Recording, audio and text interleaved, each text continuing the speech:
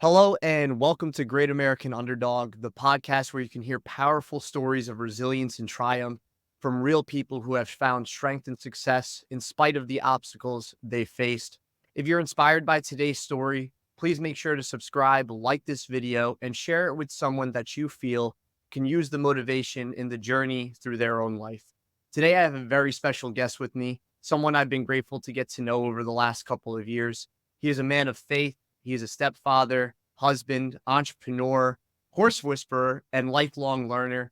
It is my honor to welcome Bill Schomburg. Bill, how are you, sir? Lovely, Ron, and it's great to be with you. Thank you so much for such a lovely introduction. Absolutely. That's only a portion of all the great things I know about you. So this is really exciting for me to have you on Great American Underdog because you definitely have a lot of insight and incredible stories to share with the audience here. So just to get started, I'd like to know first and foremost, what is your favorite underdog story? People don't know, but you and I were discussing ego in the green room, and at the risk of sounding egotistical, I have a story in my own life that represents overcoming from a position of darkness and recovery, and then that event 14 years ago, in November this year, um, not necessarily rising like a phoenix, but the journey of the next 14 years and where it has led me today is probably one of my favorite stories. And that hasn't always been true. The perspective is quick short story around what happened. I fell 35 feet from a ladder. The cause of the accident was stupidity, let's be honest. The result was I shattered every bone below my waist. The doctors and my trauma surgeon used the perspective of Humpty Dumpty. They put me back together. They would never, a doctor won't ever promise you anything they can't depend on. They won't give you false hope. Sometimes that's very challenging. The reality is, when I was recovered, my trauma surgeon, he's a world-renowned trauma doctor. He sets up trauma centers around the world and guides doctors around the world. Quick tangent of his experience recently, he was giving an online course or lecture to a group of doctors in Lebanon, the country. And do you know what they were most thankful for when the episode ended? There had been no rocket alert to send them to the bunkers. Now, if you want perspective, that's perspective. Back to the story of recovery and his encouragement. Once all of the surgeries were completed, I had 3 in the first 8 days, periods in and out of consciousness in the hospital, 23 total days, 90 days non-weight bearing, a major surgery every month for 12 months, just to get me back to where the final surgery, my hip and knee doctor said to me, "Oh, hey, we've got to schedule that, taking out that appliance that you've got on your leg." And he said, "How about November 3rd? So it was November 3rd, 2011, the anniversary of my accident, November 3rd, 2010. And I thought, what's that, Doc, an anniversary gift? And he said, no, your insurance runs out on November 4th. So I'll finish the recovery piece. About a year later, the way that the surgeon and I knew each other, we attended the same church, and I served in a volunteer capacity. Part of my volunteer work was each Sunday when the sermon began, I was part of the team. I brought the podium out onto the stage, and when the sermon was over, I took it back off the stage. And the surgeon told me, I tell people that if you want to see a miracle, I know one, and I could show you. And it's humbling to be thought of as a miracle, because all I knew was I could have a choice. I could choose not to get up and walk and live a life of that, or I could choose to battle, fight, persevere, however you want to characterize it. I don't like hyperbolic terms. His point was, when I asked him, why does that look like a miracle to you? He said, I put you back together. I seen your x-rays. I know what the damage was that you did. And yet I watch you walk across that stage and back each Sunday. And I said, well, Doc, I know two things. Your head's not bowed when it's supposed to be. And I'm humbled because the Lord provided a man such as him to care for me. We had only met about 3 weeks prior to my accident. And when they wheeled me into the ER, no one had told him who his next patient was. And he related to me along the way. He looked down and almost took himself out of the surgery. He almost recused himself. How grateful I am that he didn't. So there's Yeah. a little bit of the story related to, do I feel like an underdog? I don't know what an underdog feels like. I just knew I had to put one foot in front of the other. Maybe that's what the underdog part is. You just don't. I I think so, Bill. I think what you're describing too is, there's a couple things that came together. One, I do believe in miracles. We've discussed my mom in the Yeah. past and what went through with brain surgery, Mhm. right? And the timing of everything. But my father just had not been where he was at that time and not had persevered to find answers. Just like, very similar with you, like, you just said, let me just put one foot in front of the other and keep moving forward. I think that's how you would, I guess, describe an underdog is, when there's that level of adversity that seems insurmountable. They told my mom, she had 6 months to live. She's still alive with us today, over 20 years later. And, they told you may never walk again. And here you are doing a lot more than walking, so I think that, that's the element that those are the elements that make an underdog. And then, what do you think it was inside of you that told you, I need to keep putting one foot in front of the other? Where did you, I guess, find that inspiration or motivation to do that? Well, Ron, the audience doesn't know that you and I share a perspective around brain cancer and brain surgery related to the illness that eventually took my late wife. Um, Candidly, I was married to a woman who she had 3 children from her first marriage. We met at a horse event, which is near and dear to my heart. We fell instantly in love. Um, I joke about my friends.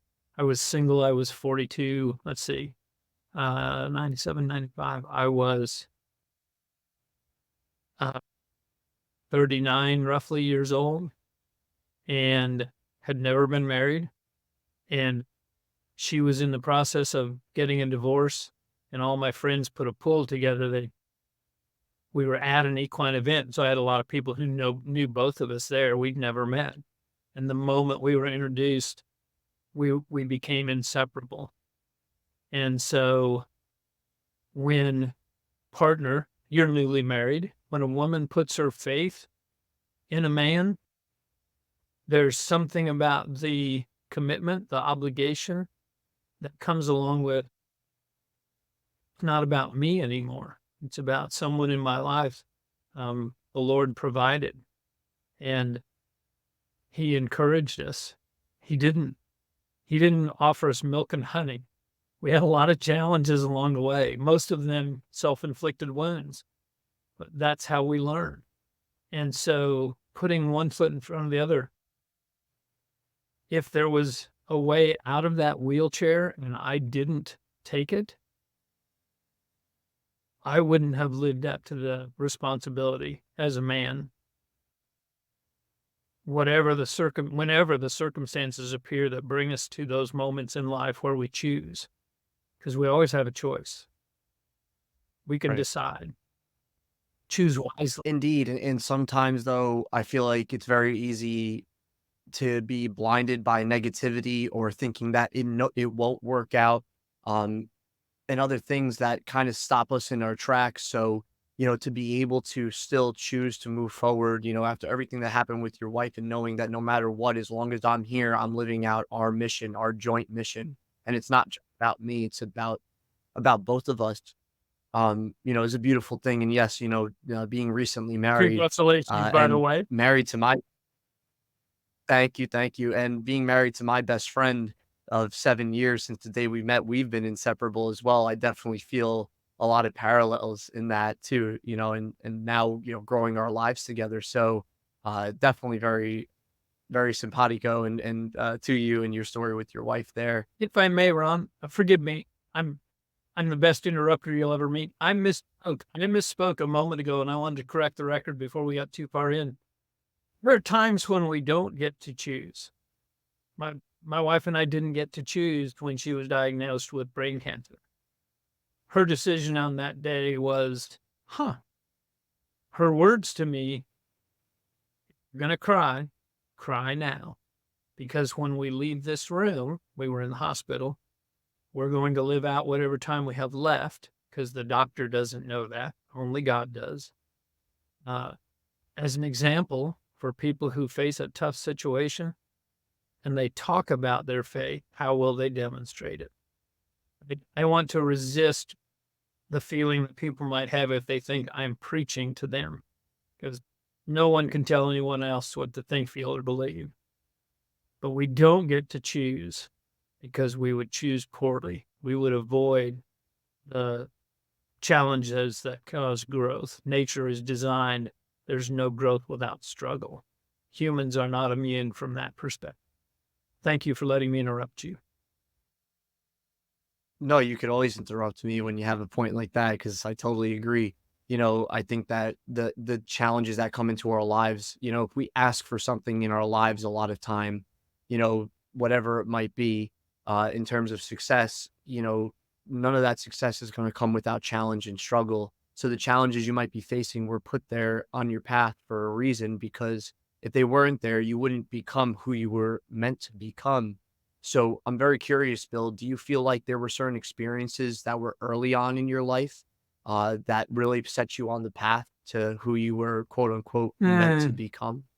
I'm sure that's definitely true. The the reason that I hesitate slightly is I've done more self work in the last 11 or 12 months than I ever have in my life.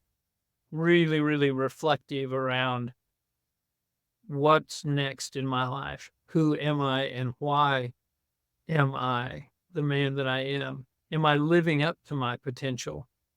Um, Lots of circumstances, and one of those, you sent me some ideas around topics we might discuss, and one of those was, um, you ask about some early success with horses, and the there's a story around that development, that early love. My mother was responsible for beg, borrow, or steal. If I was interested in riding a horse, she would find that we had one.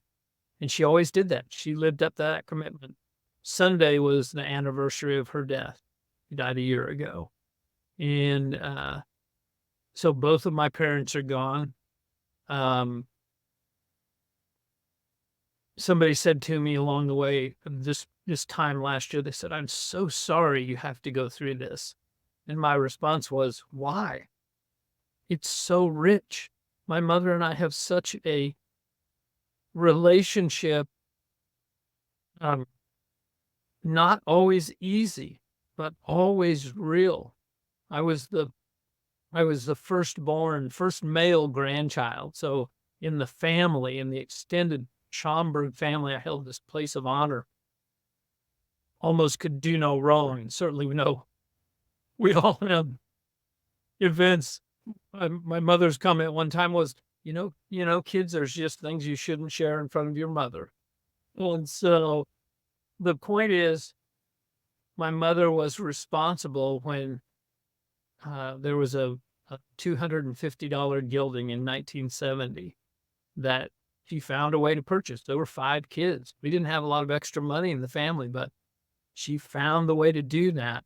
and she encouraged me. And through serendipitous events, that horse was, at the time you can call him a world champion or high point horse in a small association out west. It wasn't the NFR. I wasn't, national finals rodeo cowboy, but I was a pretty big deal in my own little small pond. And winning Sure. that or achieving that recognition, people started to ask if I would ride their horse, and they would pay me. It's like, what? Someone Yeah. else will pay me to ride their horse? I'm in. Count my blessing. And literally it was that true. That I was 16 years old. And when I figured out, I had a paper route and worked in a grocery store and did odd job. Put roofs on mobile homes in a factory one summer. Custom baled hay in Nebraska. There are miles of alfalfa hay fields that run along the Platte River. I had wide For sure. experience in work, but work that fulfilled me in a manner in which working with a horse did, nothing has ever compared or ever will in my life, except what I know today about working with people. Well, a lot of that, we'll get into that in a second, is like you had mentioned, a lot of what you've learned about people, you learned from a horse. And I'm excited to have you elaborate on that.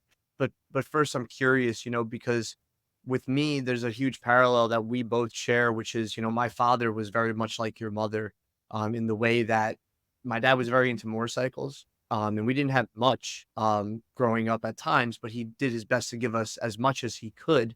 And we had a great life, growing up in childhood. So, but there were times where, it was tough to pay bills. And what he would do is he would buy and sell motorcycles always, because he knew that world.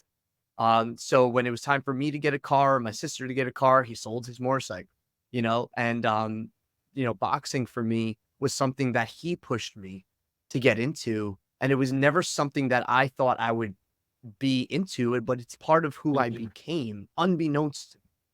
I never thought that that was going to be part of my life's journey. And I couldn't imagine the amount of lessons that boxing has taught me about helping others, very similar to you. At times, it seems like with horses, um, it's incredible. So I would view my dad very much as one of my role models in my life. And it sounds like your mother as well, because she brought you into something that was going to be a part of who you are. There's a resonant message in what you just shared, Ron.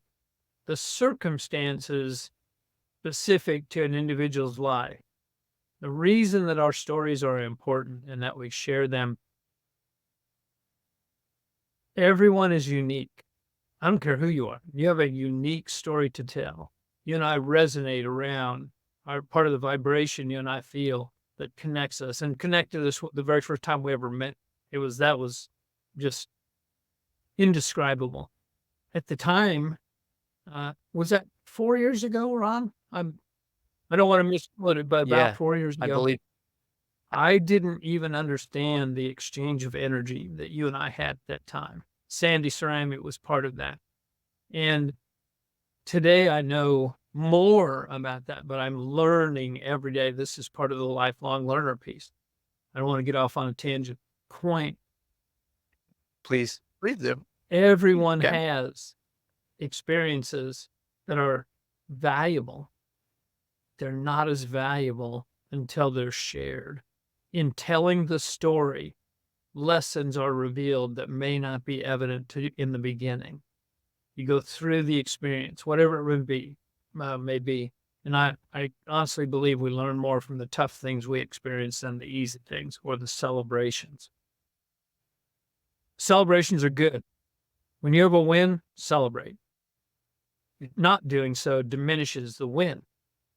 But when you have a tough experience, remember, dig in on what was my responsibility? How was I challenged? And what did it reveal to me about me? I don't want to sound crass, but I don't really care much what other people think. We spend far too much time wondering if we look good enough, if we live up to somebody else. Um, Set that stuff aside. It doesn't matter. They're not living your life. And in living our lives to the fullest extent, to the highest potential, we become enlightened in a way that only us as individuals can be. Our eyes can be opened. We can become more self-aware, which allows us to be more curious and willing to look deep inside of us. What made me this way? Why do I respond in either this positive or negative manner? I've tried to stop using the words good and bad. It's positive or negative, and the negative is just as powerful. Think of it as a battery. A battery has a positive and a negative terminal. A battery doesn't function without both in action every moment. When the battery is discharged, why? Because one of those loops is open. Energy goes out instead of staying in the loop.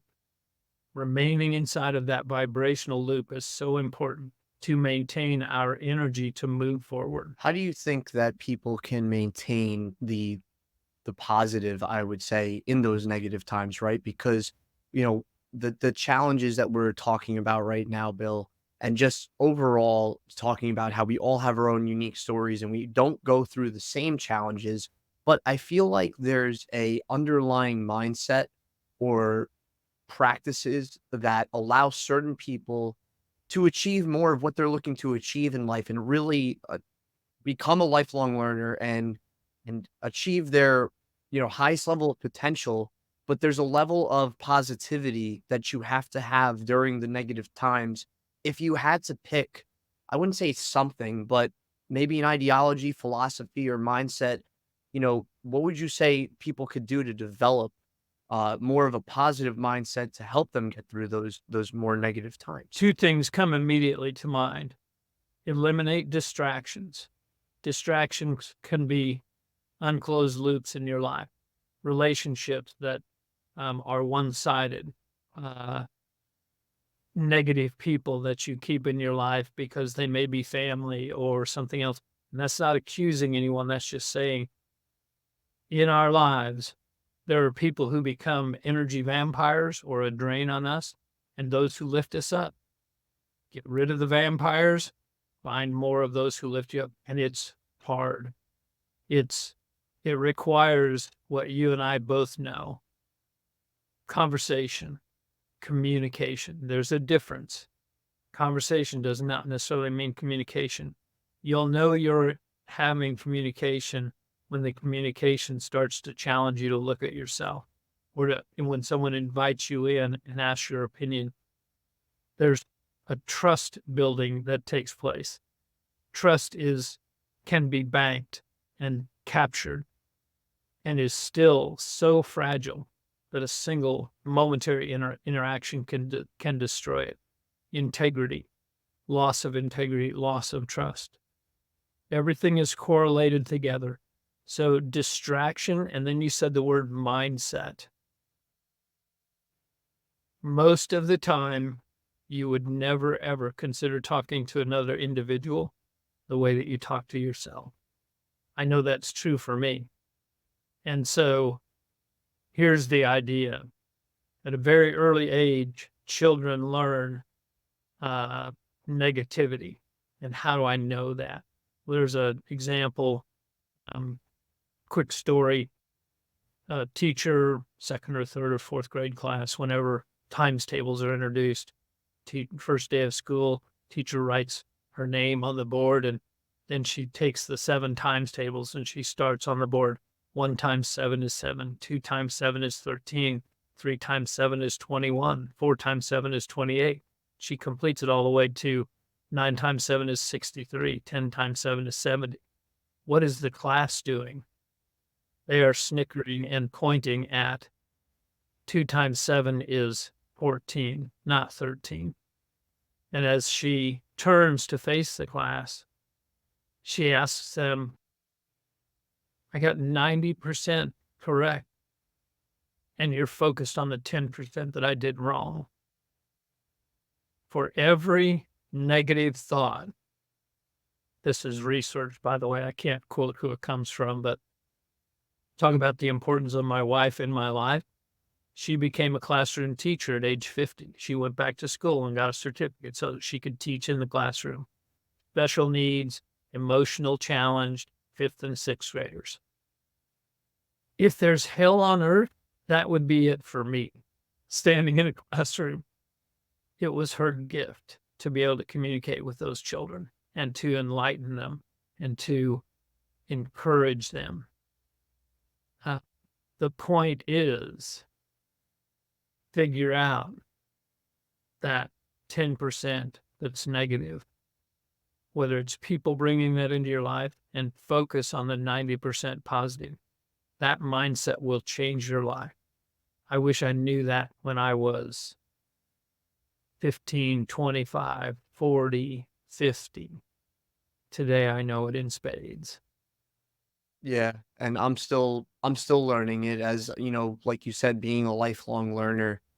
There's certain things that as you get older, you start to recognize about yourself, and you have to be willing to be the observer and be able to remove yourself enough to say, how do I, if you were to put a video camera on your interactions with the people that you love the most, how would you perceive yourself in terms of the way you interact with other people? And like you said, take that and bring it internally, right? And say, how do I perceive myself and my thoughts if I were to take an imaginary video camera and look at all or write down on a Word document all the thoughts I have in a 24-hour period, and I were to read them on a piece of paper. Somebody hands it to you and says, read this.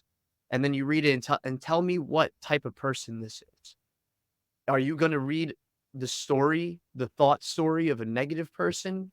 Or are you going to read the thought story of somebody who's positive, and willing to see adversity and still be positive? And I feel like that's a challenging thing to do, and it never stops, like you said. So the lifelong learner piece is huge. That video camera that you just described, I would term that self-awareness. What is my level of self-awareness? And inside of self-awareness, what's my level of self-deceit? What story am I telling myself to protect myself rather than become more aware and not look at myself negatively? Frame that movie that's being written and played out in front of me in a positive light. Yeah, so you're able to just make those adjustments now because you're, again, the self-awareness rather than the self-deceit, right? Because a lot of times too, I feel like people, something starts happening, they have expectations of how, let's say, their day is going to go, their week, their month, and then when things start going wrong, that all tanks, and it's easy to start blaming the external when really it's just, again, that internal piece that we need to really work on. So, I appreciate that, Bill, because it's something that I constantly work on in my own life, and I think is going to be very valuable for the audience. I am curious, though, to go back to everything that you learned about people, you learned from a horse. Would you say that that's some of the things you learned from horses? Is should be positive? It actually is. There's the perspective. Here's the bad news. Bad news in a positive light. You get the opportunity to learn your entire life. Don't stop learning. Anybody who has watched the Ted Lasso series, be curious, not judgmental. And if whoever knows the scene, that will trigger in their mind, why didn't they ask, Ted, have you shot darts before? Yes, I have. So there's a whole rabbit hole there. But these are external influences that reinforce either rising towards enlightenment or falling and spiraling downward in the way we respond to the events in life. To your question, I'd like to describe, this is a little bit of an involved story, but I'd like to share it this time around horses. At the end, actually, after I had taken down the shingle of training horses for 20 years. I wasn't necessarily known as a horse whisperer at the end of my shingle hung career. I was talented. I had learned a lot. I had achieved a lot. I had been recognized for a lot. Here's where the real learning began. I was beginning a new career. I had started a business, consulting business, building sports fields, synthetic grass sports fields around the country. In the same week, I started a new career, became a stepfather for the first time, became a husband for the first time, and we moved. Not a good plan, but that's where you learn. And so fast forward about 2.5 years, my wife takes me aside one day and looks me right in the eye and she says, "You need a hobby." And what she was saying was, "You're driving me crazy. You're busy, you're focused. I get it. You need an outlet." And she said, "Call those people who call you every year and offer you a colt from their foal crop to ride. Call a woman here in town, ask if she has a stall or two available. Go ride." I met a cowboy. I married a cowboy. I miss him. And so I did that. And I learned more about what horses could teach me in that 2 or 3 year period than I learned my entire 20-year career training. Now that training was valuable because I did learn a lot.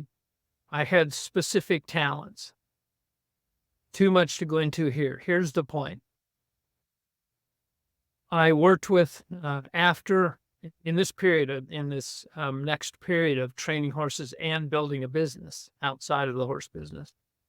I'd worked with a friend's horse, also a professional horsewoman, and another professional horsewoman saw this woman's horse and said, "I saw that horse a month ago. What did you do?" And she said, "I didn't do anything. Bill Schomburg did." And both women are friends of mine, and the woman said, "Do you think he would help me?" And the friend's name was Lisa. She said, "You'll have to ask him." And so she did. And she reached out. I knew about this very talented 3-year-old that this woman and her husband had purchased. One of the most spectacularly talented young horses. And she reached out and said, "I'd like you to come look at my horse and see if you could help." And I said, yes. And I'm trying to condense this because it can get long. In the very first time that I worked with this particular animal, we had a lovely 25-minute session. And as I'm finishing the work, my mind has said, it's time to stop. I start to make this move. We're outside in a round pen, and this horse flips over backwards, loses its mind, and cuts its ankle open.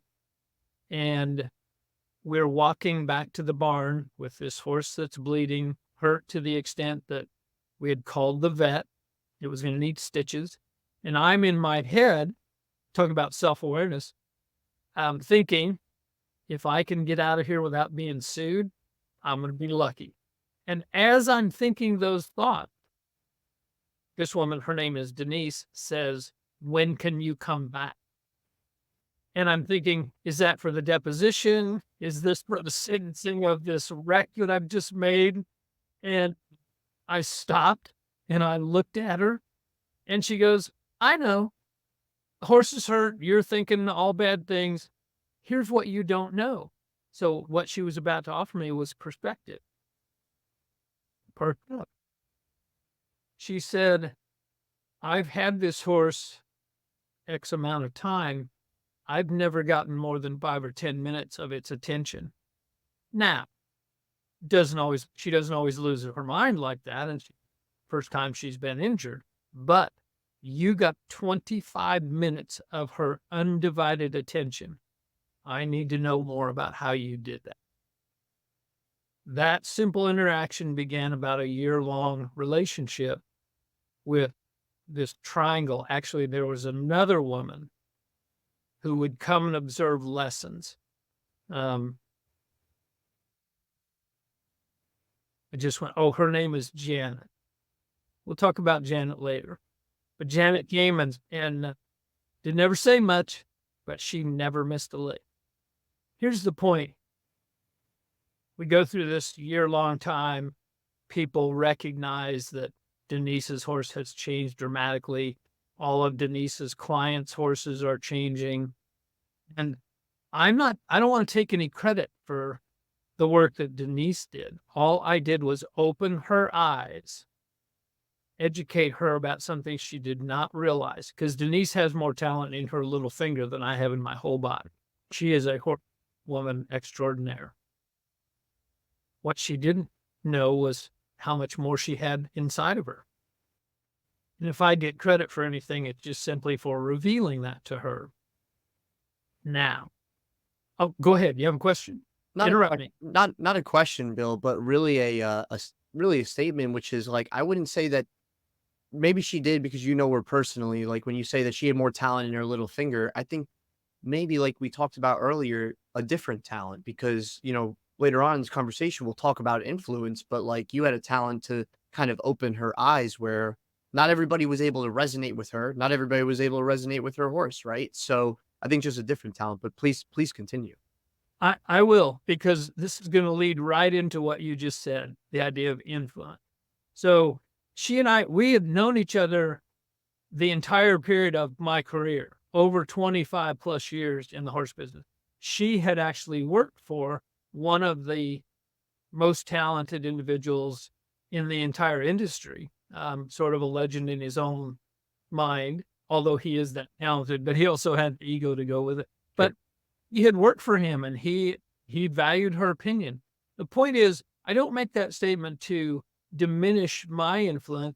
To your point, I did have the ability, but it didn't exist when I was working in the horse business. It was revealed when I started working on myself and then extending that to others. Here's where the story goes. So let's say that was in round numbers 2000, the year 2000. Sure. And in 2019, it's either 2019 or 2020, there was an online event, a leadership event, 24 hours, 48 people, each had a half-hour slot. And the invitation was to speak on leadership. And someone dropped out at the last minute. I was approached about filling a spot. It was at 5:30 a.m. on a Sunday morning, 5 or 5 a.m., 5 or 5:30. And I said yes. And I said, what would you like me to talk about? And they said, you choose. And so I told that story that I just related to you. And unbeknownst to me, Denise was listening. She was at a horse show somewhere. She heard what I said. She immediately reached out after the show, after this online event, and asked if we could talk that night. This is a Sunday morning. She would be getting home from an event that night. Of course, I said, yeah. Meaning we're friends. We would stay in touch. I had no concept or idea that she was listening. And during the day, then my mind started to work, and I thought, I wonder if I got something wrong. And so that night when she reached out, that's how I started the conversation. I said, you listened today? And she said, oh, yeah. She said, that was amazing. The only problem is you didn't tell everybody the whole story. And I went, didn't tell the whole story. Maybe I don't know the whole story. Here's what she said. You told people that you changed my life training horses. She said, you missed the point. You changed my life. You changed the way that I look at so many things, not just horses. You opened my eyes to what was possible. And I'd never had anybody other than my wife, who at that point in time she'd been gone 3 or 4 years. I'd never had anybody express something like that to me. And so it caused me to examine, I asked her, I said, tell me more. And it wasn't necessarily looking for the compliment. She was paying homage, if you will, but she didn't put me on a pedestal. She reminded me, remember, I knew you 20 years and never asked you once for any advice. You changed. I didn't change. I was I saw something in our friend's horse that said, there's something different. Bill is doing something different than he's ever done before, and I need to find out what that is. Now that's curiosity.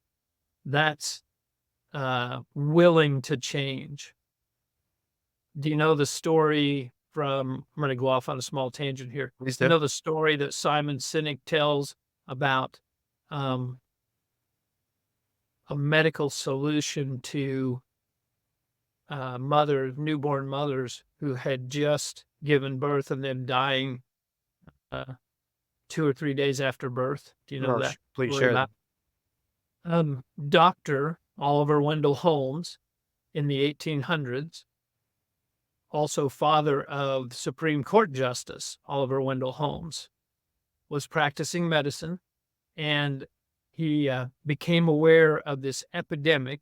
Those were the medical terms used to reflect how severe this problem was. Mothers who had just given birth dying suddenly 2 to 3 days later. No explanation. Middle of the 18th century. And he looked at the problem and he figured out a solution. And he proposed a solution to his medical colleagues. These are smart men, intelligent. One would make that assumption. Right. Fair? Yeah, absolutely. So he proposed a solution and he was ridiculed. His colleagues called him out, how foolish he was, how wrong he is about his solution. He couldn't possibly be correct. For 30 years, they chastised him until his suggestion became practice protocol. Mm. The problem didn't go away necessarily. It resurfaced again in the 2000s. Do you know what his solution to this problem of these mothers with newborn infants dying 2 days later? You know what his solution was? No. Wash hands and sterilize your instruments. The doctors, now here's where observation comes in. You looked at the situation. The doctors were performing autopsies on the dead mothers in the morning and delivering babies in the afternoon. Wow. Contaminating the mother. So the point is, really smart people presented with an opportunity to improve remain stuck in their biases, human nature. I use that story that it's a little dramatic. Simon Sinek is who I heard tell it, so I don't want to take credit for me doing all that research. Sure. But there was another instance here in the United States in I want to say 2014. I may have the year wrong, but the state of Michigan had the same problem. The same solution was applied. I do not know the level of acceptance. Meaning we all get stuck in our habits and routines. Here's why that becomes important. Back to relating to what Denise told me. She used the idea, she knew I was talented, but she said, when I saw a horse that I knew, and then I see it 30 days later and could see such a dramatic change in its behavior, in its attitude, in its actions, some outside influence had come into play. And she asked her friend, what was? And when she found out that I had something to do with it, part of her thought process was, Bill changed. She'd known me for 20 years and had never seen a horse change in that way. Okay. And she saw my horses regularly, and I saw hers. And so it turned that action, she termed it honing my skill. So would you say then in order to build influence with anybody, right? Like number one, you've always been curious enough to be willing to change, right? But when it comes to building influence, whether it's over a horse or people, it's the ability to change yourself, right? Like, from a leadership standpoint, you see so many leaders that it seems like they struggle to build influence with their teams. How do I, and they try to think of all these complex kind of ways of like, well, if I give them more money or I change their pay plan or, all these different other ways to lead their teams on the business side.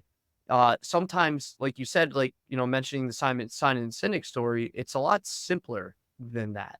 And sometimes it's like you have mentioned to me even, offline, the basics. When we talk about Mm. boxing, it's the jab that wins fights. It's establishing range and distance and the timing. It's not a tough man sport. Even when I would coach and hold pads for people or spar with people for the first time, a lot of times people get in the ring and the first thing they want to do is they want to get overly aggressive, because they think like, well, if I'm stronger than that person, that means I could fight them and beat them.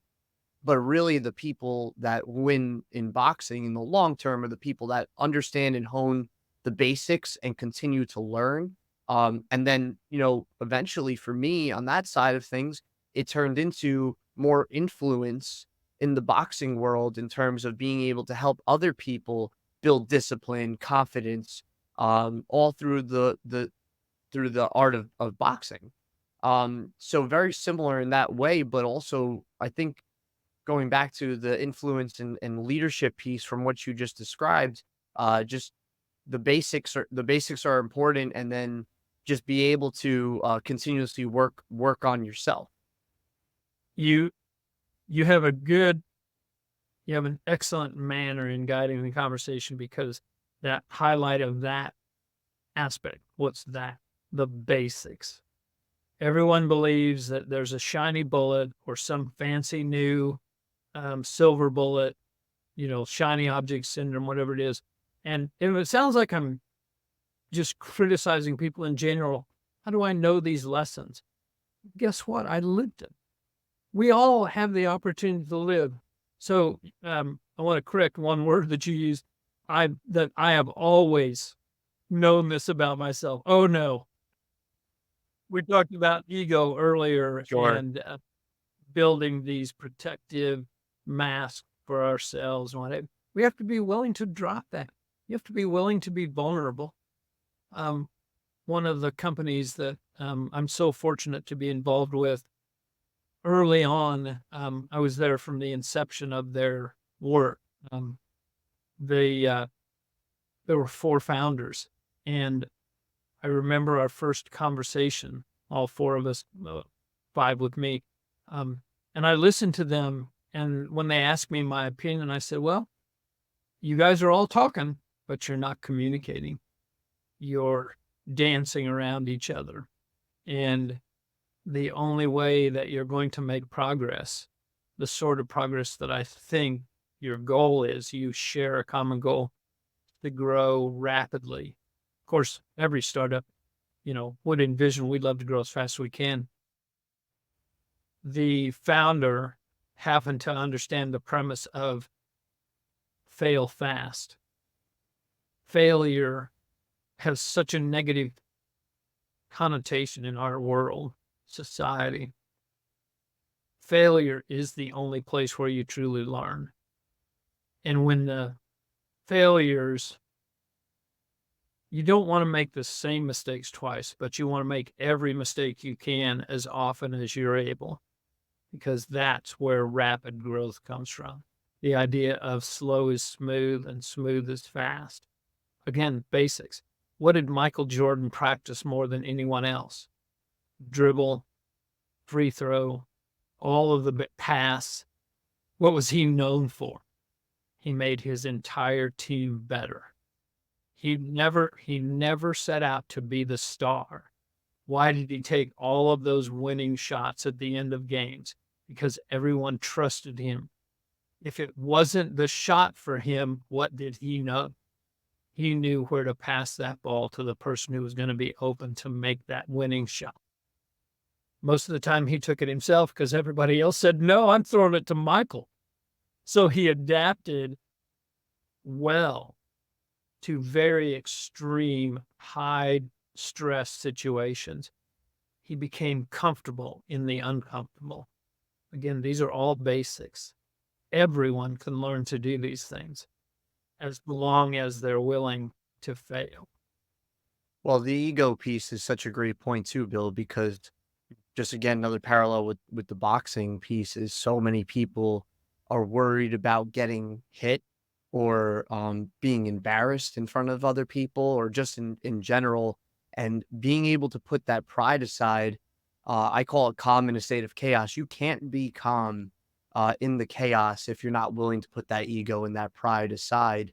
And the Mm, best way that you can do that is by practicing and Sandy and I talk about it all the time, practice, drill, rehearse, practice, drill, rehearse. If I want to speak in front of people, I better start speaking in front of people and be willing to be bad at it at a certain point, especially at the beginning, right? If I want to record a podcast or somebody listening to this wants to record a podcast, I'm constantly fine tuning, how do I sound, look, and feel and resonate with the audience that might be listening? How do I ask better questions? And just having a certain level of vulnerability to say, I don't have 100% grasp on the basics. So, and part of that is just removing ego as much as possible and then being able to continue to put that, like we talked about early on, that one foot in front of the other. So, Bill, as a business strategist and somebody who's grown businesses and also helps business leaders, what's the biggest piece of advice you would give to leaders in their, whether it's in their own lives or professionally, even if they're leading a team, to kind of adhere to the basics? How do they go about doing that on a day-to-day basis so that way they can get better? I think one of the most important keys is, are you listening? And to the point, again, lessons learned from dealing with horses. Um, I was able to accomplish the most when I removed my own ego. And I didn't, again, that's a learned behavior. A horse can sense immediately when my emotion or when my emotional energy changed, if I became frustrated or angry. I had a temper when I, Isn't that incredible? Not to cut you off. Isn't and that so it's incredible. that it is, but we're all designed the same way.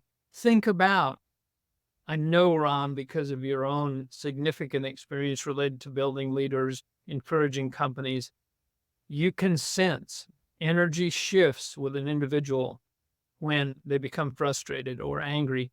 And if they are in a leadership position, that emotion, that energy changes people.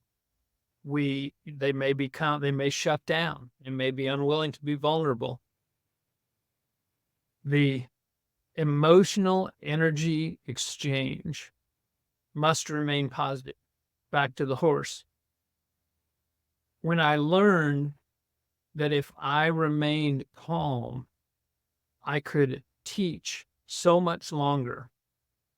And in teaching so much longer, I could also incorporate so much more into the teaching. My horses improved faster, performed better at a higher level in a shorter period of time than ever before. It was miraculous. And I hesitate around the idea of the hyperbole related to that. Miraculous may sound self-aggrandizing. Life actually became so much easier when I learned that simple piece of breathe, Bill. There isn't anything to be upset or frustrated about here. This is about not being in control in the moment. It's about the moment being so important. My choices around my emotions and my action got better.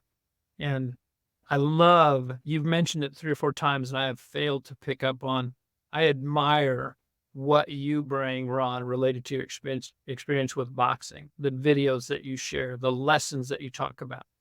I actually admire the level of effort that you're putting out when you talk and are going through those activities, like, how does he breathe and talk so calmly to deliver that message? Because he's either running or boxing or doing footwork or jump rope. Thinking, yeah, that must be a difference in our age. But I admire, again, the different experiences that bring resonant example around how do people improve. Mm-hmm. Back to the point you ask about people in leadership positions. Their willingness to be vulnerable, authentic. There's a difference. Remove your self-deceit, because you're the only one who can't see it. Everybody else knows when you're lying, Yeah. whether it's to yourself or to them.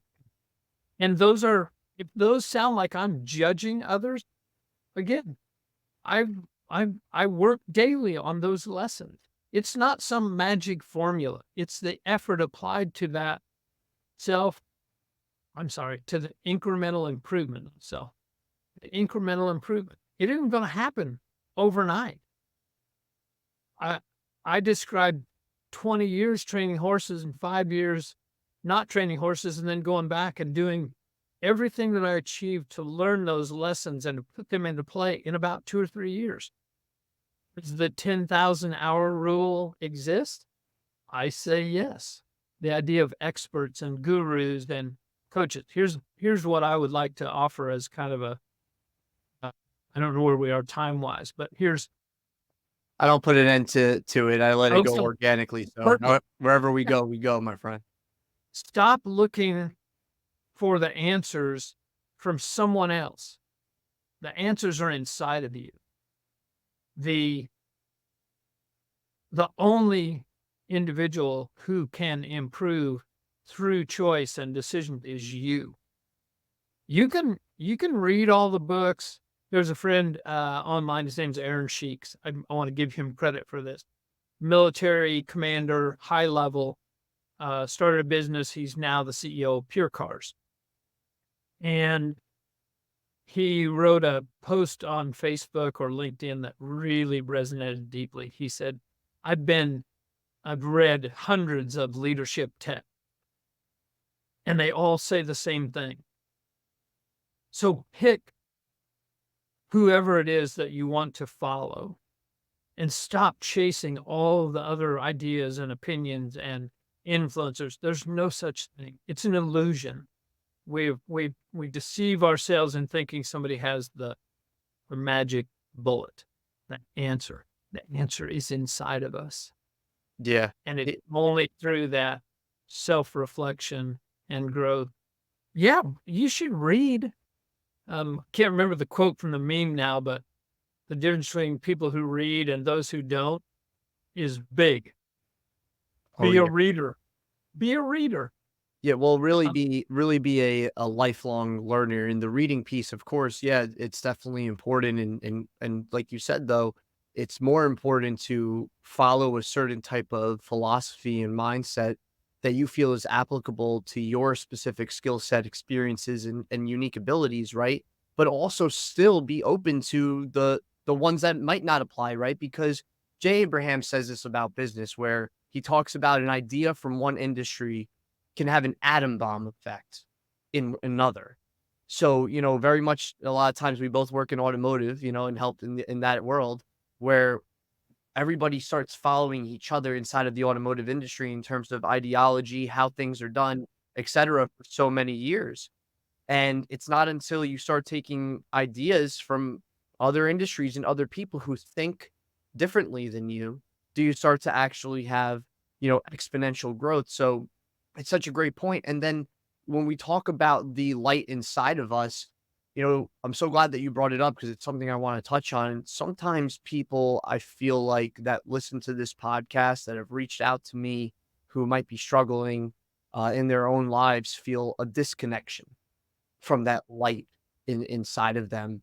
What do you think they can do to reconnect with that light or really discover it? Because I think that a lot of people feel like this. I'm born, I go to school, especially in American culture. I'm born, I go to school, maybe I go to college or get into a trade. I get a job, I work 9 to 5. I'm off on the weekends. I get to enjoy my little slice of time on the weekends, maybe with my family. I retire. I have some sort of pension, and then, we don't make it out alive, as you say, right? You know, how do I feel like people lose the connection to their purpose or their passion or their potential. So how do you think, Bill, people can really discover that? Is it reading and learning from other people, or is it, something else to find that light inside of you? Think it's something different, and here's why. All of the things that you asked are appropriate. Is it somebody else? Is there a book? Is there an answer? First of all, there's no answer. There's a decision that you make internally. Am I going to let this stop me or not? And then here's the other important part. In American culture, especially, I love that reference. We won the lottery being born into the United States. You don't And believe that, you need to travel overseas or go somewhere else and experience their culture and what happens in foreign countries. Not that they're good or bad, they're different.